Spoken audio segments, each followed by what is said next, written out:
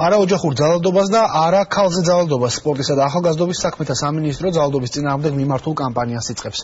სამინისტროს მიერ დაგეგმილი ღონისძიებები მიზნად ისახავს საზოგადოების კონსოლიდირებას ძალადობის ნებისმიერი გამოვლინების წინააღმდეგ.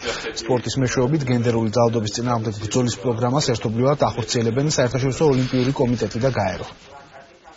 სულით ჯანმრთელი ადამიანისთვის, ფიზიკურად ჯანმრთელი ადამიანისთვის უცხოა ის პრობლემა, რომელიც დღეს არსებობს, ამიტომ ყველა ერთად გვმობთ ამას და მაქსიმალურად ვიქნებით ჩართული ამ სენის წინააღმდეგ და მაქსიმალურად ვეცდებით, რათა საზოგადოებაში ეს პრობლემა იყოს აღარ არსებობდეს. ქალებს უნდა დაუდგეთ გვერდში, იმიტომ ქალები არიან პირველ ადგილზე ამ ცხოვრებაში და ყველანაირად ამ კომპანიას ვერთებით და რაც იქნება სამინისტრო, რაც ორგანიზაცია აკეთებს ყველანაირად ჩვენ კალათბურთის ფედერაციაში, ფედერაცია ველოდებით.